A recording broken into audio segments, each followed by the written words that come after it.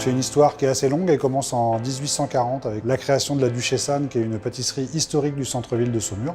Mes parents étaient boulangers-pâtissiers historiquement à Clisson.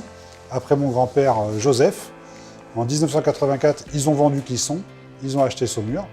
Et ils ont tenu cette affaire-là, qui est devenue une référence du patrimoine gourmand saumurois pendant près de 30 ans.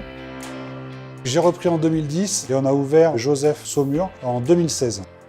2 ans plus tard, on a ouvert Joseph Dittré et on envisage par la suite d'ouvrir encore de nouvelles boutiques dans les années qui viennent. Sur 3 ans, c'est très simple, on a multiplié par plus de 2 notre chiffre d'affaires. Et en termes de salariés, on est passé à peu près de 12 salariés à 25. J'ai décidé d'appeler cette boulangerie Joseph, qui est du prénom de mon grand-père. C'était aussi le signal fort pour moi, pour nos salariés et pour nos clients, qu'on n'allait pas passer par le congelé, on n'allait pas passer par le produit industriel. On était vraiment dans la tradition familiale. J'arrive pas à envisager le métier d'un point de vue uniquement financier. Je ne peux que l'envisager aussi sur cette dimension sentimentale et cette dimension de 100% fait maison. On propose des chocolats maison, des pâtisseries fines. On a aussi un salon de thé, on fait aussi nos glaces.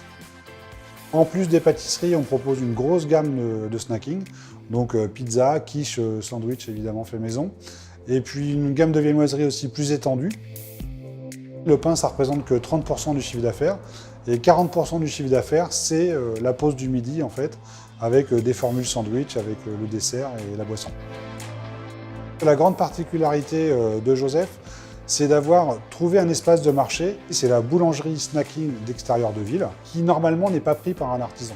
Je pense qu'on a énormément d'atouts pour nous développer. Je pense qu'on peut être meilleur que les franchises en termes de rapport qualité-prix.